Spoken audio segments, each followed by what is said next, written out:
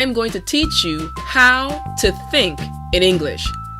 This lesson will improve your ability to speak clearly and logically in English. Are you ready? Well then, let's jump right in. Thinking involves interactions between pathways that carry information from one part of your brain to the next. Simply put, there are triggers that lead to chain reactions in your brain. Let's look at how this works. When you are driving, you are presented with various signs, colors, and objects. But when you see the color green, it triggers a reaction in your brain. The green trigger makes you think of going forward. The red trigger, on the other hand, makes you think that you have to stop.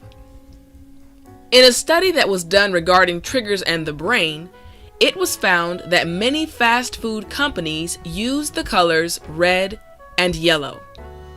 This is because red triggers appetite and hunger, while yellow, on the other hand, triggers the feelings of happiness and friendliness.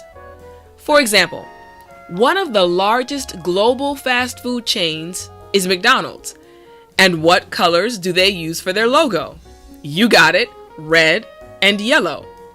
That is because McDonald's knows that red and yellow trigger people to think that they are hungry. But the truth is, all of our thoughts start with some type of trigger.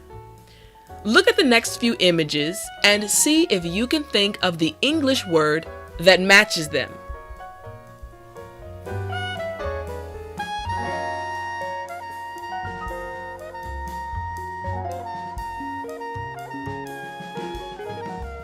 How did you do? You probably got them all correct, right? You thought in English after seeing the proper triggers. This is the secret to thinking in English. You must study with triggers.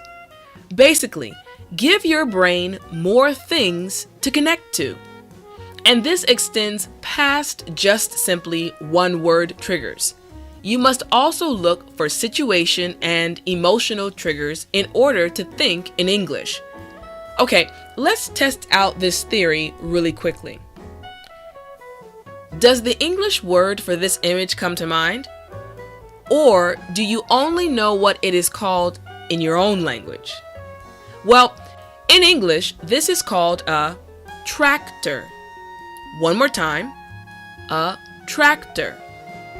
So now, this image is a trigger for you to think of the word tractor in English. Ready for your test? Here we go.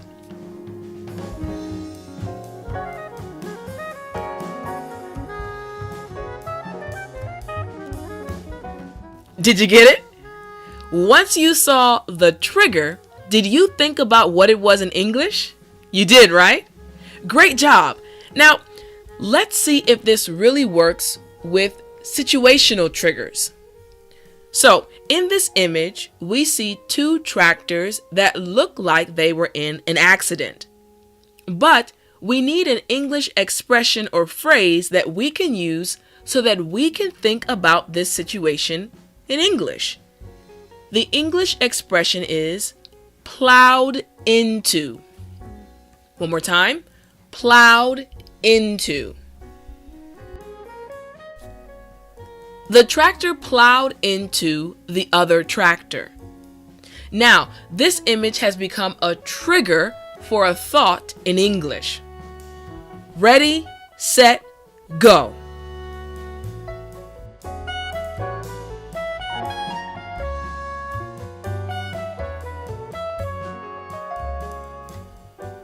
Nice job. See, you just thought in English. Finally, let's check out emotional triggers that will help you think in English. In this image, we see someone who is injured, and they are probably feeling lots of pain. So, how can we describe this emotion or feeling? We can use my whole body aches. One more time. My whole body aches. After the accident, My whole body was aching.